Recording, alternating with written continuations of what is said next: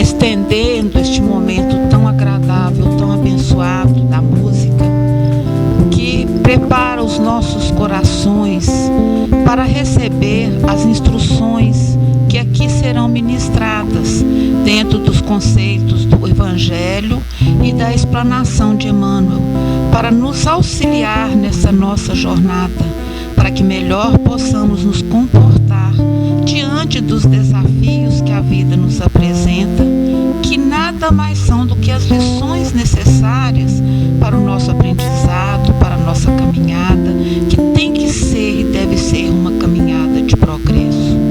Este é um momento muito abençoado, aonde aqui colocamos o nosso coração repleto de boa vontade para aprender, e que saiamos daqui mais ricos em compreensão, mais preparados para o nosso dia a dia, que a cada dia tenhamos a consciência de sermos melhores do que no dia anterior, porque é uma outra oportunidade, um presente divino que todos nós recebemos de crescer, de progredir, de desenvolver este amor maravilhoso que o Cristo veio nos convocar, porque existe dentro de cada um de nós essa chama divina, é a herança divina, a chama do amor que em nós existe, mas que cabe a cada um de nós desenvolver. E nós agradecemos muito pela oportunidade de estar aqui. É muito gratificante ser acolhido nesta casa que tanto tem nos oferecido, e nós rogamos um amparo divino para todos nós, trabalhadores, encarnados e desencarnados, que aqui nesta casa contribuem para que ela continue iluminando muitas mentes, hoje e sempre, que assim seja. Boa noite. É com muita alegria e sob a égide do nosso Mestre Jesus que estamos iniciando nossas atividades de hoje. Sejam bem-vindos ao Núcleo Espírita Nosso Lar para mais uma noite de estudo. Como nossas palestras são presenciais, é bom lembrar que precisamos estar atentos com o cuidado de contágio do coronavírus. Vamos fazer a nossa parte. A programação das atividades do núcleo são exibidas no telão antes das palestras. Porém, quem preferir, na secretaria, temos a programação impressa, além da modalidade digitalizada. Lembramos que o núcleo possui equipes de visitas a enfermos, com aplicação de passe e fluidoterapia, e também implantação de culto no lar. Mais informações na secretaria. Nossas palestras são inspiradas no livro Vinha de Luz, e o assunto de hoje é relativo ao capítulo 77, cujo título é Sofrerás Perseguições, e que está na segunda carta de Paulo a Timóteo, capítulo 3, versículo 12. Nossas palestras podem ser vistas no nosso canal do YouTube, Núcleo Espírita Nosso Lar. Inscreva-se e ative o sininho para ser notificado de novas postagens. E para falar sobre o tema, Sofrerás Perseguições, é com muita alegria que convidamos agora o nosso amigo Lucas Franco, que é palestrante espírita e colaborador aqui do Núcleo Espírita Nosso Lar. Seja bem-vindo, Lucas. Olá, boa noite. Tudo bem com vocês? Jóia? Que bom então. Com muita alegria também que aqui nós estamos, para falar deste tema. Vinha de Luz sendo sempre uma fonte inesgotável de luz, realmente, Então, hoje nós vamos falar dessas perseguições. E para a gente já ir entrando, contextualizando a respeito do tema, eu gostaria de falar com vocês a respeito de questões das nossas vidas mesmo, da nossa vida espiritual principalmente. Quando a gente vai nascer, antes de nascermos, todos nós passamos por um planejamento encarnatório, nós sabemos disso, para entender, para analisar, para estudar. Grandes mentes e espíritos reúnem para poderem avaliar qual seria a melhor condição. Onde nascer, quando nascer, como nascer, em qual família. E antes de nascermos, vivemos também em um mundo no qual nos relacionamos com as pessoas, no qual também moramos, vivemos. Existimos, no geral. A vida, ela é composta por, até então, né, o que podemos dizer é que são infinitas dimensões. Não sabemos aí contabilizar quantas dimensões, mas sabemos, né, nós temos o corpo, nós temos o perispírito, temos o espírito, né? Aí em alguns pontos do espiritismo a gente já estuda o corpo emocional, corpo mental. A Joana de Ângeles, ela vem nos trazer esse entendimento um pouco mais aprofundado. Então são dimensões diversas, muitas vidas, né? A vida multidimensional, dimensões que se conectam, que se tocam. E aí, beleza, né? Nós temos todo esse planejamento, aí a gente vem, a gente está na nossa família. E aí eu gostaria de chamar a atenção, né, nossa aqui para um ponto. Essas dimensões, essas famílias, esses lugares onde nós estamos inseridos, todos eles têm uma vibração particular, uma energia particular, na qual nós chamamos de egrégora. Uma egrégora. Vou só ler aqui para vocês, né, para a gente entender e alinhar o que seria uma egrégora. O que seria uma egrégora? É uma força espiritual que resulta da soma das energias mentais, físicas e emocionais. Então vamos lá. Força espiritual que resulta da soma das energias mentais, físicas e emocionais proveniente de duas ou mais pessoas reunidas em grupo, né? Ou seja, uma egrégora é a energia coletiva de um ambiente. Aqui nós estamos inseridos na egrégora do nosso lar, do núcleo espírito nosso lar. Aqui tem a egrégora deste local, e esta egrégora ela é formada pela mentalidade, pelas emoções, pelas intenções da equipe que aqui trabalha, dos frequentadores que aqui pisam. Por exemplo, a Lilian está sempre aqui conosco, né? O que você faz, venha somar nesse campo energético que é uma egrégora. O Zé Eustáquio sempre aí também conosco. Soma. E aqui, até quem vem às vezes, né? Eu às vezes é igual um beija-florzinho. Estou aqui, chego, fico um tempinho sem aparecer. Quando eu venho para somar e recebo influência deste campo energético. Então, todos os lugares têm o campo energético. Todos os lugares sofrem essas alterações a partir daquele que ali está presente. Vocês aqui neste exato momento, vocês estão sofrendo influências e influenciando e somando positiva ou negativamente no campo energético do núcleo. Tá claro, né? Isso é uma mentalidade comum entre nós, né? Então, existe aí, vamos pensar então em egrégoras maiores. Vamos lá.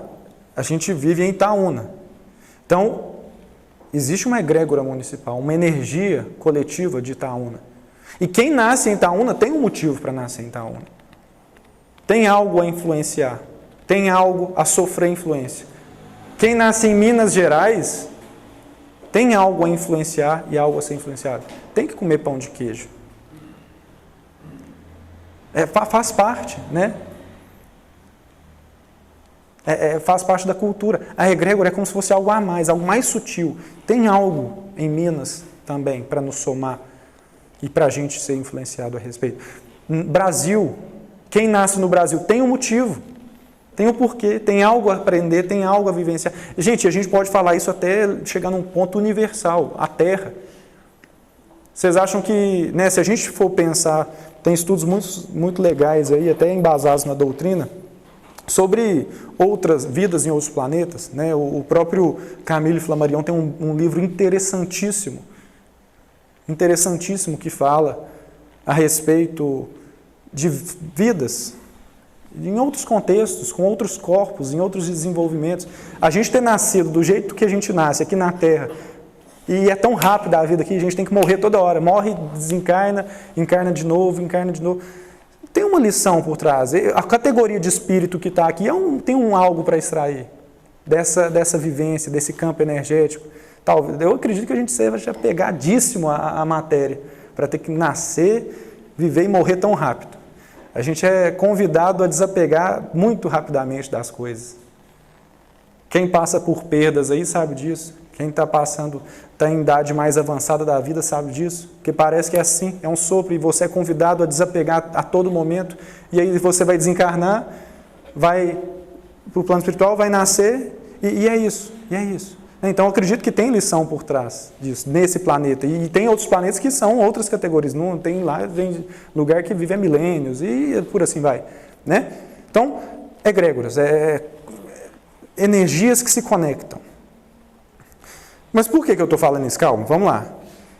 Então, o que eu quero dizer é, todo lugar, toda vivência, toda a família que a gente encarna, tudo é um sistema.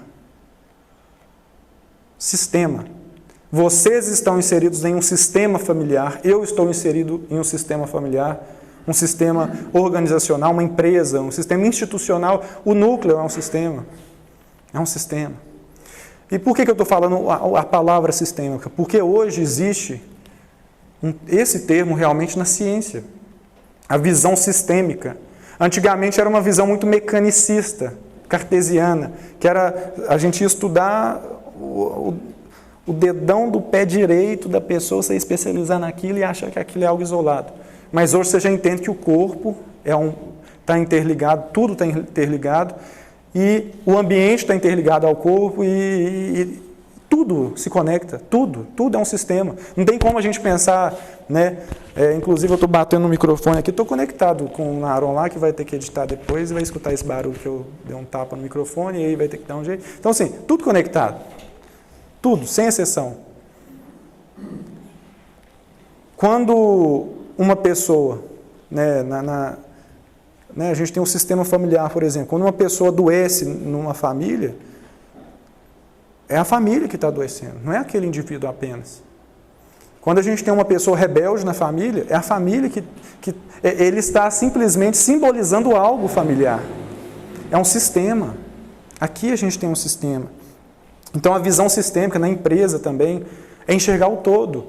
Não é achar que tem os setores isolados, que são os indivíduos isolados e cada um no seu mundinho. Por mais que a gente pense que não, nós vivemos muito um olhar individual. Cada um no seu mundinho, cada um correndo atrás do seu, e o máximo que a gente vai é ali, né, é quem chega perto da gente, é o que a gente faz. O egoísmo. A visão sistêmica, ela te convida para uma coisa mais ampla, uma vida mais ampla. Entender que Jesus, né, um exemplo, Jesus tinha um olhar sistêmico. Por que ele chorou? Por que ele chorava? Ele sofria com a crucificação, por exemplo. Pensando na dimensão e profundidade daquele ser, eu imagino que seja muito mais por entender o sofrimento que a gente ia passar, do que por ele próprio. Muito mais por entender que milênios de sofrimento nos aguardavam. E aquele amor profundo de Jesus, em olhar para essas criaturas sofredoras e pensar, oh meu Deus, perdoe, não sabem o que fazem. E aqui estamos. Ainda batendo cabeça, achando que a nossa vida é uma individualidade, correndo atrás, né, de cada um do seu. E eu não me excluo disso, obviamente. Obviamente, estou correndo atrás do que é meu. Muitas vezes cego para quem está do meu lado. E Jesus ainda chora. Então, o sistema é um olhar profundo, um olhar do todo, um olhar mais amplo de todas as situações, entender que tudo se conecta, não tem fato isolado, não existe fato isolado, não existe em nenhum ponto, em nenhum campo da ciência, em nenhum campo social, filosófico, não existe fato isolado. E cada vez mais a nossa ciência vem comprovando isso, né? Então, até vamos falar do sistema familiar. Agora, né, entendendo por que eu estou falando sobre isso, para a gente já entrar no tema. Vocês aí todos inseridos em um sistema familiar, né? Assim que encarnaram, foram inseridos naquele sistema familiar. Vocês já tentaram ou entenderam que alguém, seja você ou outra pessoa, estava tentando mudar aquele sistema familiar? Vocês já passaram por isso? Alguém tentando mudar o jeito que a família é, o jeito de comportamento ali? Vocês já viram, passaram por isso? Ou vocês ou alguém específico? O que acontece? É difícil, não é? Quando uma pessoa tenta mudar um sistema familiar, ou ela é ovelha negra, rebelde, ninguém entende. Quando alguém tenta mudar algo na empresa, tem um burburinho. Um sistema, tenta mudar um sistema. Dá o exemplo aqui, o familiar. Tenta mudar o sistema familiar e você vai ver ele reagir.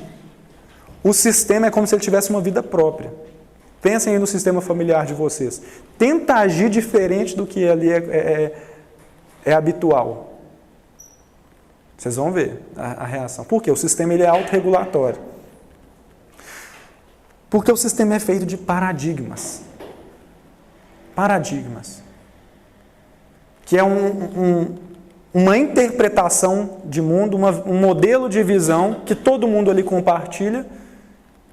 E a partir do momento que você começar a agir diferente, você já não é mais parte daquele sistema. Então, aquele sistema ele te exclui.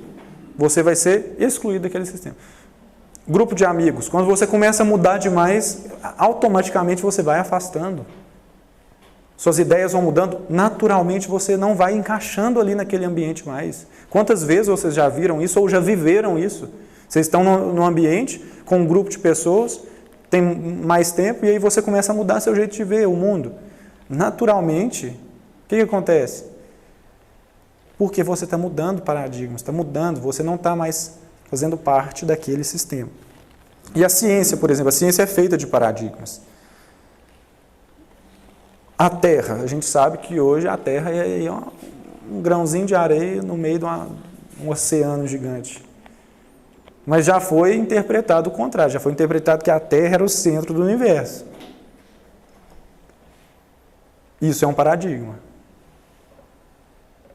Isso é um paradigma, que a Terra é o centro do era um paradigma. Na época, eles realmente achavam isso.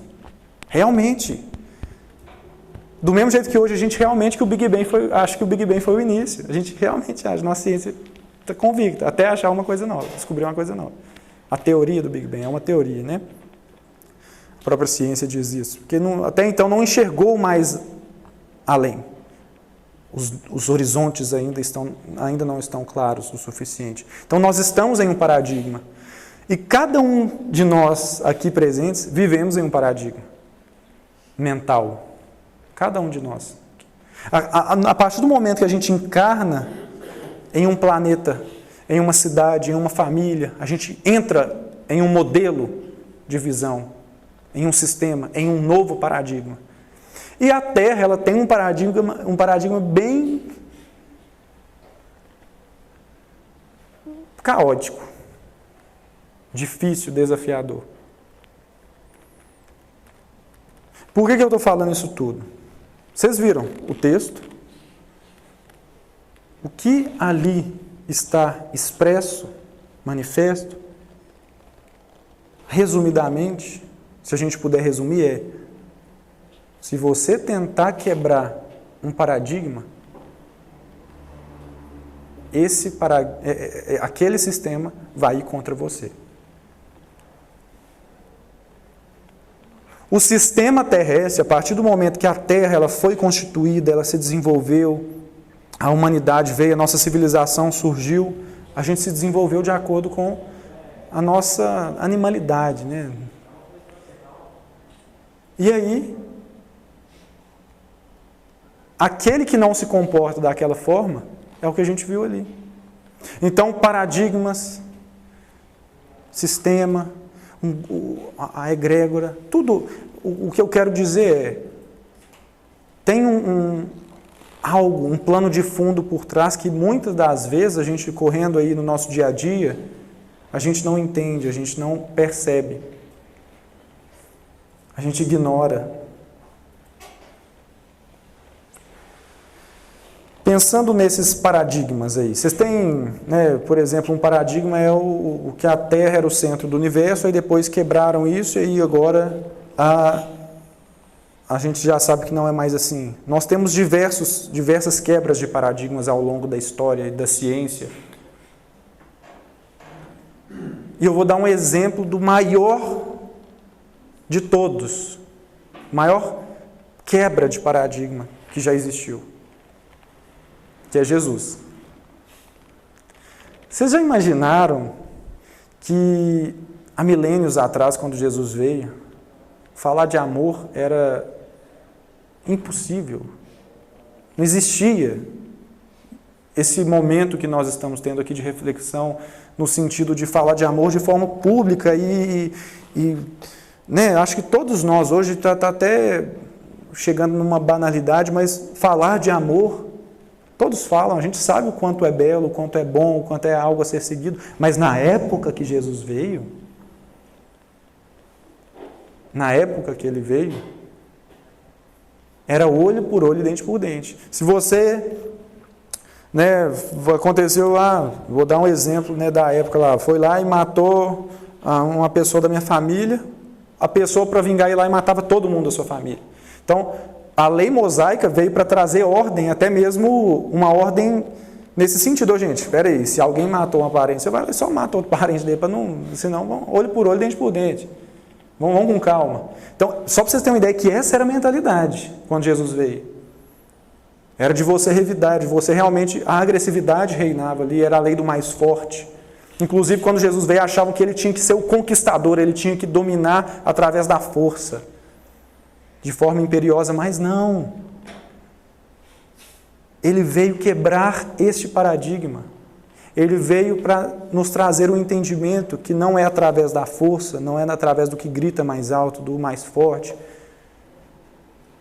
do soberano, do que se impõe. Não. Tem como você passar aí para nós? Só para a gente entender. Jesus veio quebrar paradigmas. Jesus, ele é o maior exemplo. Tanto é que a vinda desse ser foi tão impactante para o nosso espaço-tempo, foi tão impactante para o planeta que a gente está situado, que a gente divide o nosso tempo em antes deste ser, da vinda deste ser, e depois.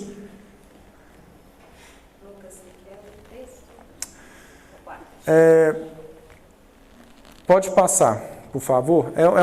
Essas partes do texto que, se praticares a exploração individual disfarçadamente, mobilizando o próximo em serviço dos teus interesses passageiros, ser-te-ão atribuídos admiráveis dotes de inteligência e habilidade. Todavia, se te dispões ao serviço geral para o benefício de todos, por amor a Jesus, considerar-te-ão idiota e servil. Quantas vezes vocês já viram isso? Ou a gente mesmo. Nossa, a pessoa lá maltrata ela e vai lá e faz isso. Considerar-te-ão idiota e servil. Por você, às vezes, perdoar. Por às vezes, você agir de boa fé. Por às vezes, você transbordar aquilo que Jesus já vem dizendo há muito tempo.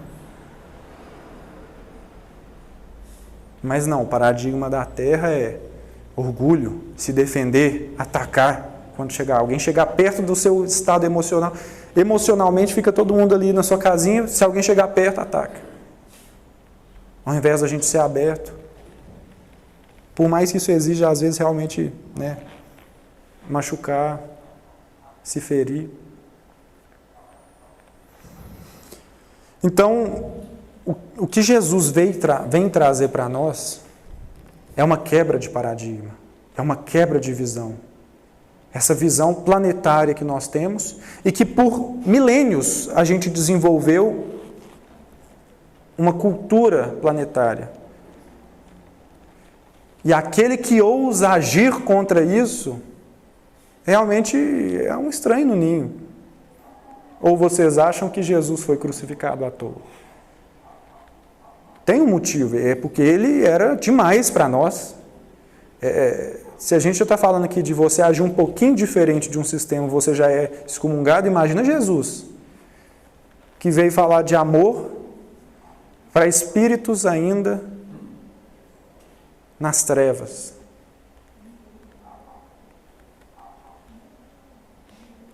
Então, seguir esses passos que Jesus trouxe é revolucionário. É sempre estar disposto a ser perseguido, porque você vai estar quebrando paradigmas.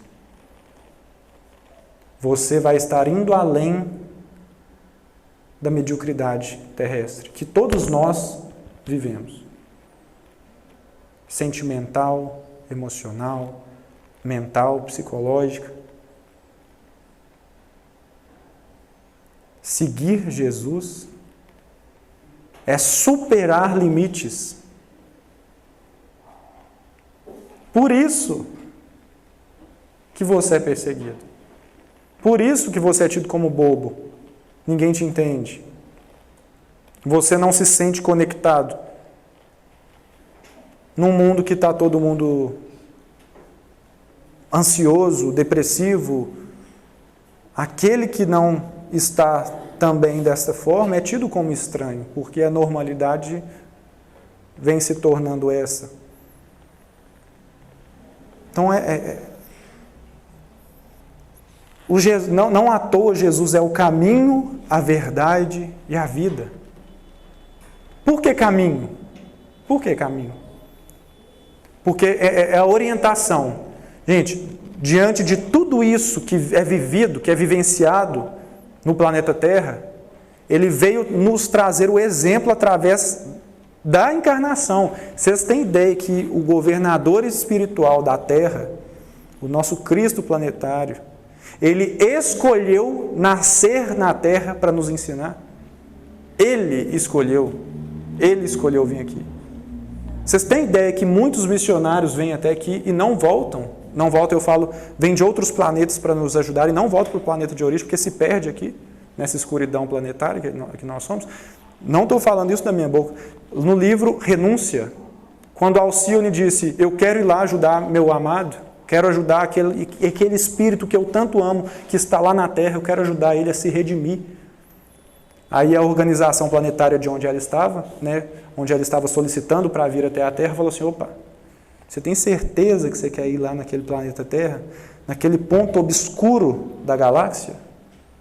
Muitos que lá vão, não retornam.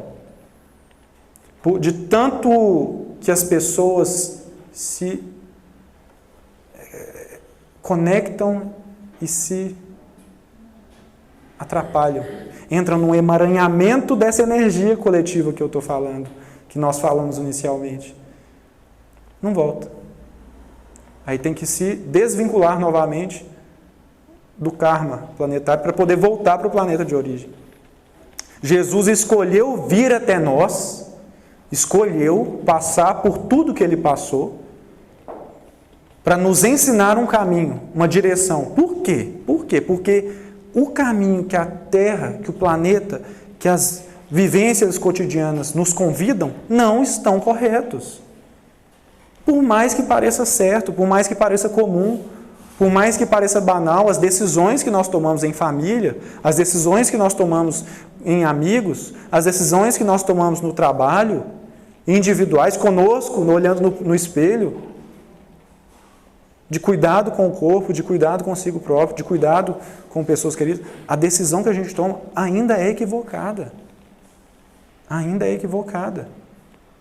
Por isso que ele veio. Para mostrar assim, gente, é tanta escuridão que eu vou jogar uma luz ali para o pessoal enxergar, para esses espíritos enxergarem. E por isso ele chorou. De dor por essa civilização que não entendeu o recado. E ainda vivemos no paradigma antigo. Ainda não superamos, ainda não quebramos. E ainda preferimos viver sendo acolhido por todos e rejeitados pela própria consciência. Para não sofrermos perseguições naturais daquele que ousa quebrar paradigmas. Então Jesus é o caminho. Ele é essa orientação, essa luz que nos indica para onde ir. Jesus é a verdade. Por que a verdade? Porque ele trouxe, na verdade, o único paradigma que é insuperável. Insuperável. Tudo, absolutamente tudo que nós pensamos da vida está errado. Pouca coisa é possível aproveitar. Não à toa a gente ainda vai nascer, viver, morrer, renascer, para que a gente passe pelo aprendizado e entenda mais ou menos o que é a vida. Então nós temos muitos paradigmas, inclusive internos, para quebrar. Já que as nossas visões de mundo estão totalmente equivocadas, por mais que a gente pense o contrário. Ah, mas eu estudo Espiritismo. O Espiritismo tem muito conhecimento profundo, mas a sua interpretação e vivência do Espiritismo. Eu nunca me canso de contar quando eu fui num atendimento espiritual e o Espírito me perguntou, né, há poucos anos atrás, né, uns 5 anos atrás, já era espírita, já era atuante, já dava palestras, então já tinha uma bagagem de conhecimento intelectual do Espiritismo. O Espírito virou para mim e me perguntou, você conhece o Espiritismo, meu filho? Pensei, não é possível. Mais do que eu conheço? Né? Na prepotência que eu tenho até hoje, eu penso, quê? Lógico que eu conheço, né? Por dentro. Eu conheço, claro. Mas eu não tive nem coragem de responder, porque aquilo me calou tão fundo e só depois eu fui entender que a minha interpretação do Espiritismo e a minha vivência não é real. É a minha ilusão do que é o Espiritismo. E aí eu pergunto para vocês, vocês conhecem o Espiritismo? Vocês conhecem Jesus Cristo? Ou será que nós estamos iludidos a respeito desse conhecimento e temos que quebrar paradigmas? Eu, depois dessa pergunta, tive que rever o meu paradigma sobre o que é o Espiritismo. E tento até hoje quebrá-lo, para vivenciar o que é o Espiritismo. Lucas, se a gente conhecesse, a gente não sofreria, né? Se a gente conhecesse, a gente não sofreria, a gente não estaria aqui.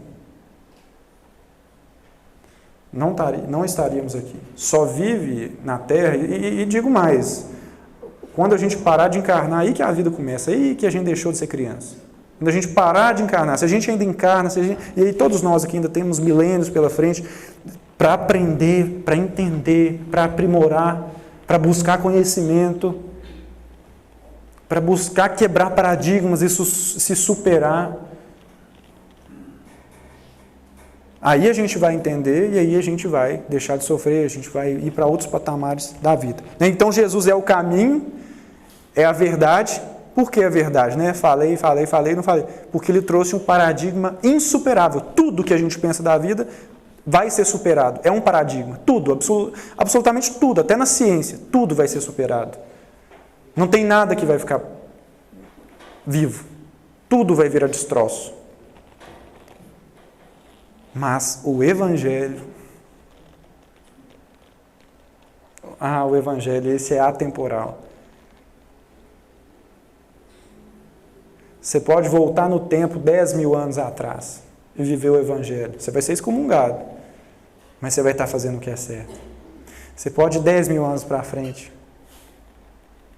Não sei se vai ser incompreendido ainda, mas você vai estar fazendo o que é certo. Você pode ir por qualquer canto do universo e viver o Evangelho, que você vai estar fazendo o que é certo. Nem o Espiritismo é um paradigma insuperável, porque ele é temporário. É o beabá das crianças espirituais. Vai passar. A gente tem muita coisa para aprender, é só o começo.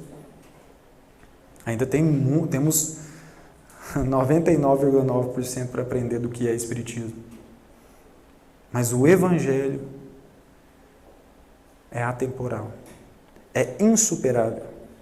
É um paradigma insuperável que a gente está longe de entender. Se ele me perguntou o que é o Espiritismo, e eu já sinto que aí tem uma longa estrada pela frente, se ele me perguntasse se eu conheço Jesus, pelo amor de Deus, eu acho que eu ia sentar e chorar. Se nem o Espiritismo a gente entende, que é assim, expor o que Jesus trouxe de uma forma clara, fácil, e a gente ainda bate cabeça, acha que entende, acha que está abafando. Estamos sendo top demais. Né? Então, Jesus é o caminho, ou seja, a orientação. Jesus é a verdade. Por que verdade? O paradigma insuperável. E ele é a vida. A vida. Por que vida? É movimento. Eu desafio alguém aqui a pensar em um tipo de vida que não exista movimento. Qualquer tipo de vida. Microscópica, planta, animal, qualquer coisa. Toda vida exige movimento. Exige. Vida não é movimento. Vida exige movimento. Porque se você não se movimentar, é morte. A vida não só é movimento, como exige movimento. Então Jesus é a vida. Por quê? Porque Jesus nos exige um caminhar. É o caminho.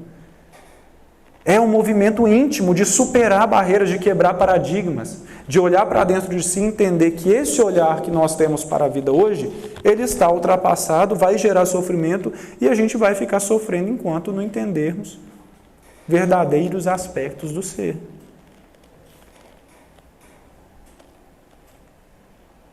É fato, é fórmula, isso aí é lei. E não é Deus que escolhe, eu vou mandar esse sofrimento para essa pessoa. Hoje eu estou afim. Ou, não gostei do que essa pessoa não fez, não. Vou punir ela com sofrimento aqui. Isso não existe. É lei, é lei. É igual a fórmula do Excel. Eu gosto muito de falar isso, quem mexe com o Excel vai entender. Se você mudou um lugar e estiver na fórmula, vai mudar, aquela fórmula vai fazer alterar a tabela ali, de algum jeito. A lei de causa e efeito é a mesma coisa. Não é Deus que escolhe, é um mecanismo. É um mecanismo.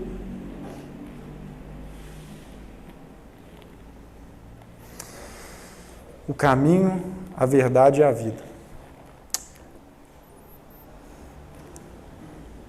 E seguir esse caminho, seguir essa verdade, seguir essa vida,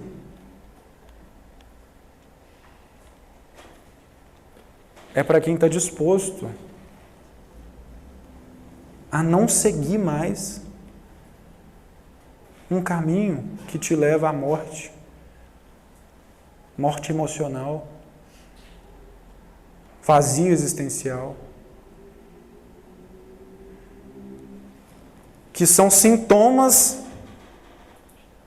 de um caminho não correto. Então, eu fico muito atento quando eu começo a sentir um vazio, tédio, tristeza constante. É um indicativo profundo de que eu estou no caminho errado. Profundo. É como se fosse, você está na estrada e tem a placa, pare. Aí a placa vai crescendo, pare, pare. Caminho errado, caminho errado. Os sentimentos, o vazio existencial, o tédio, são sintomas, são placas mostrando que não está no caminho certo. Então, desviar caminhos. E são chegados os tempos para a gente seguir novos caminhos. Nós estamos, de acordo com o Chico Xavier, uma entrevista que ele deu para a revista LBV, nós estamos no fim da quinta raça, da raça ariana, que é a nossa civilização atual. Está chegando ao fim. E quando se muda uma raça, quando uma nova raça surge, a raça anterior de quase nada é aproveitada. Vocês estão entendendo a profundidade disso? Essas vivências que a gente tem e temos como comum, esses tipos de relacionamento, o jeito de falar, o jeito de agir, o jeito de ser, muitas das vezes ignorante, muitas das vezes no ataque, sempre atacando, sempre defendendo. Esse modelo social, esse modelo mental, de nada vai servir. Nada vai sobrar. Foi assim, e sempre é assim. Ou vocês têm alguma ideia aí do que era a raça lemuriana, que o próprio Chico Xavier cita também, quem tiver interesse, entrevista LBV, Chico Xavier, pode jogar no Google que vai encontrar. A gente não faz ideia do que foi essa raça. Atlântida, não faz ideia. Do mesmo jeito, quem chegar não vai fazer ideia do que nós somos. E se a gente não acompanhar, não estaremos prontos para esse novo que está por vir. Então, hoje o Espiritismo, ele vem como um aviso, como um convite de superação, de transformação, de renascimento, de novos olhares, de entender, e é difícil você olhar para a sua vida e pensar, tudo que eu construí enquanto visão de mundo está errado, preciso me refazer. É uma morte, é o velho homem que insiste em ficar e não deixar um novo surgir. E tudo isso que eu falo, né, sabendo que eu estou falando profundamente para mim também. Não estou diferente de nada disso, pelo contrário. Me sinto parte integrante deste grupo que recebe esse alerta. É hora de pensar diferente, é hora de superar. E aí eu gostaria, né, para a gente já ir entrando nos minutos finais, de trazer dois exemplos que nós temos, figuras clássicas do Evangelho e do Espiritismo, para ilustrar um pouquinho a respeito do que a gente está refletindo aqui. Todos vocês conhecem Paulo, São Paulo, Paulo de Tarso. Quem já leu o livro Paulo e Estevão sabe o quanto Paulo ele era investido, ele buscava profundamente seguir a lei mosaica. Ele realmente tentava ser uma pessoa boa. Ele realmente, né, quando a gente vê, na época Saulo de Tarso, né, antes da conversão dele, ele foi o maior perseguidor do cristianismo. Maior perseguidor do cristianismo. O primeiro perseguidor. O mais voraz, né? E ele tentava realmente acertar. Ele era uma pessoa boa. Se você voltar no tempo e for assistir os atos, as atitudes, o comportamento, os pensamentos, ele sempre tentou agir no bem. Era uma pessoa de boa índole, de boa família muito poderosa na época no sentido político, no sentido financeiro. Ele era atleta, ele era bonito, gente boa. O cara, ele tinha tudo na vida e tentava acertar seguindo a lei mosaica, mas ele era muito agressivo, ele tinha uma mentalidade diferente. E perseguiu Cristo, porque achava, não é possível. Esse cara aí que não tem, esse bobão, nas palavras de Emmanuel, esse idiota, esse servil, esse bobo, que qualquer um que chega, ele acolhe, não é assim. A gente é uma raça nobre, Ele tinha esses pensamentos, até que ele começou a sofrer, e não entendia, oh meu Deus, eu estou tentando acertar, eu estou tentando fazer o que é certo, eu estou tentando seguir o que você me propõe nas leis, e eu não tenho um pingo de alegria, de paz. É só sofrimento, é só angústia. O que está acontecendo? Até que ele passa, né, ele segue a estrada de Damasco, toda a história, não vou dizer, né, não sei se alguém está lendo, tem interesse de ler o livro Paulo e Estevão, até que ele vem e Jesus pergunta, né, quando Jesus aparece para ele, que ele entende, que ele tem um momento de lucidez, entende, Jesus pergunta, Paulo, Paulo, Jesus diz, não te recalcitres contra os aguilhões.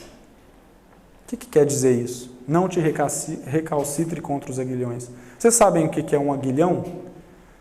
O aguilhão a gente tem, né, é uma ferramenta, vamos dizer assim, para controlar o caminho do gado ali. Se tem um boi vindo aqui, eu vou lá, coloco um aguilhão, que é algo bem pontiagudo, na direção contra ele, e ele fica parado. Se eu não quiser que ele passe daqui, eu paro o aguilhão, fico parado. Ele vai tentar, ele vai vir caminhando, vai chegar uma hora que ele vai esbarrar no aguilhão, vai sentir dor e vai parar. Se ele tentar insistir no caminho de novo, ele vai bater no aguilhão, vai sentir dor e vai parar.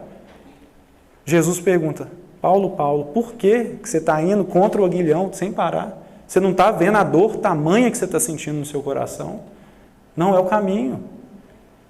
E aí, fazendo aí uma comparação com as nossas vidas, quantas vezes a gente está no caminho tentando acertar, achando que está interpretando a vida do jeito certo, o espiritismo do jeito certo, interpretando o Cristo do jeito certo, mas a gente não tem aquela paz de consciência.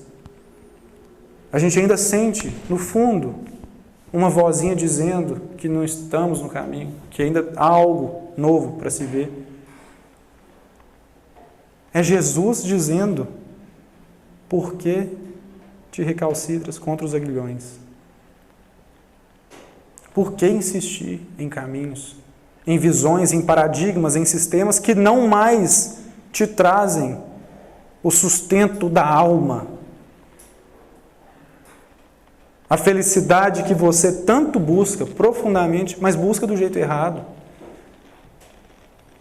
Gente, nós temos condição de mentalizar aqui, de entender pela lógica que nós aqui não somos maus no sentido do termo. Está todo mundo aqui tentando acertar. Mas assim como Paulo, arrisco dizer que todos nós temos uma interpretação de vida que não condiz com a verdade. E isso gera sofrimento. Por mais que a gente age tentando acertar, por mais que a gente ache que está seguindo o caminho, é porque a nossa visão é limitada. E a gente insiste em ir contra o aguilhão.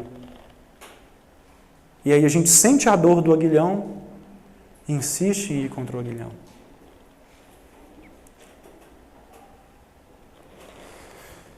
Então, Paulo foi um revolucionário,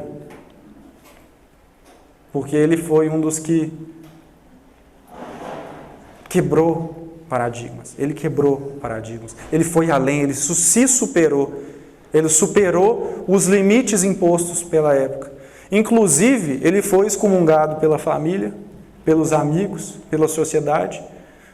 Imaginem só uma pessoa poderosa, seria o futuro, né, grande influenciador da época, politicamente falando. Tinha um poder verbal admirável, uma boa índole, uma boa família. E de repente, as pessoas acharam que ele enlouqueceu, porque ele começou a andar com pessoas questionáveis, que eram tidas como loucas, mendigas. Uma pessoa dessa começou a defender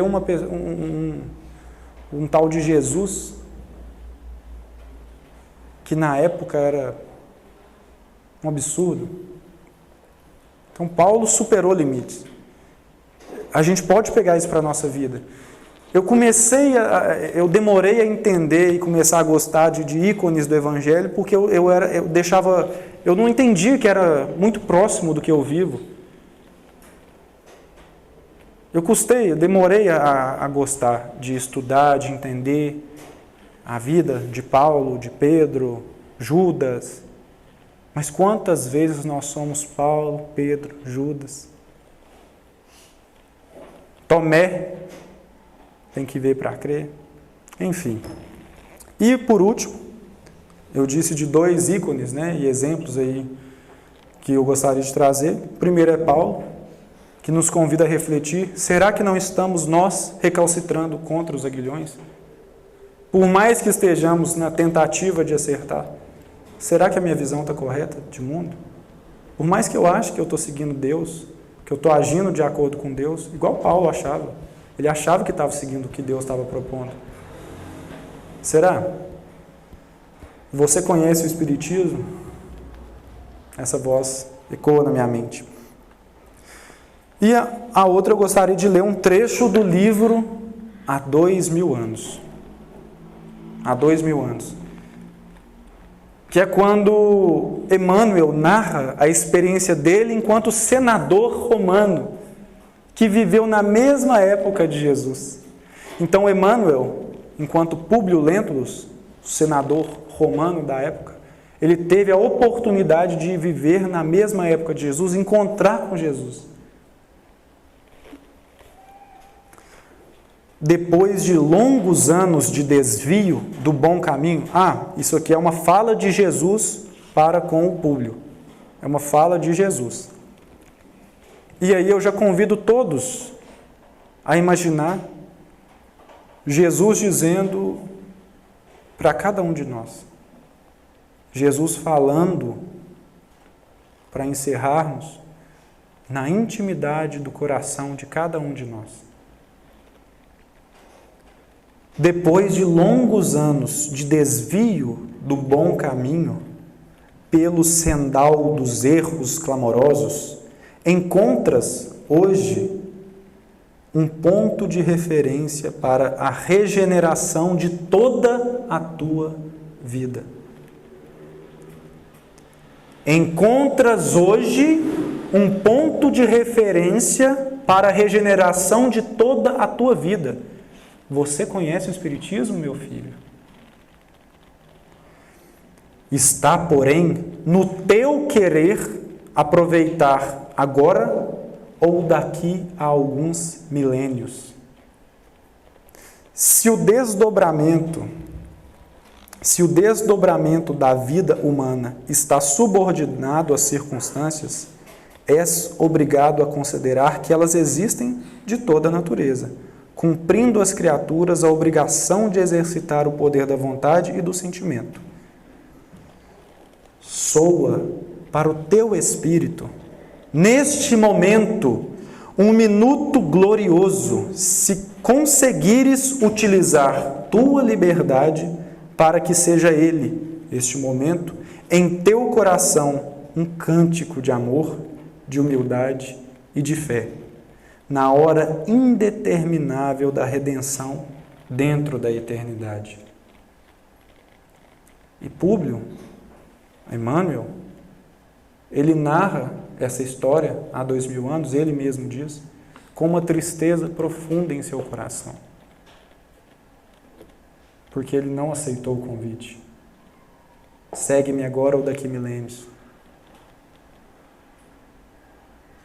E hoje a gente vê Emmanuel, às vezes, sendo até meio rígido, né? A gente vê nas histórias sendo rígido com Chico e às vezes a gente não entende. Mas ele, por indisciplina, por não entender o convite de Jesus, gente, ele encontrou, Jesus falou com ele, diretamente, isso aqui. E ele ainda, pelo erro, escolheu, tentando acertar, aí que está, gente. Ninguém nós aqui, que estamos tentando estar no caminho certo, a gente não erra de maldade, a gente erra tentando acertar. A gente tem que entender que a nossa visão, por mais que a gente ache que está certo, pode não estar. E a gente tem que quebrar e superar paradigmas para entender o que o Jesus está nos convidando. esse paradigma insuperável que Jesus trouxe. E a gente sim vai ter consequências. Nós vamos sim ser excomungados, ser crucificados. Mas é melhor a gente ser perseguido pelo mundo do que ser perseguido pela própria consciência. É melhor que o mundo nos crucifique do que a nossa consciência venha um dia nos cobrar daquela ação ou não ação que a gente teve. Então, gostaria de agradecer a todos pela paciência, pela abertura em estar aqui para a gente refletir em conjunto deste tema tão importante, tão convidativo para quebrarmos paradigmas e olhares e visões, para que a gente faça parte realmente de novos tempos, já que nós estamos recebendo o convite, é porque a gente é digno de ali estarmos. Que a gente faça jus a esse convite e entenda que este momento é precioso e que uma escolha pode sim ser decisiva. E que se a gente quiser virar uma chavinha e superar barreiras, ir além de limites, quebrar paradigmas, é possível. E o caminho está aí. O caminho, a verdade e a vida.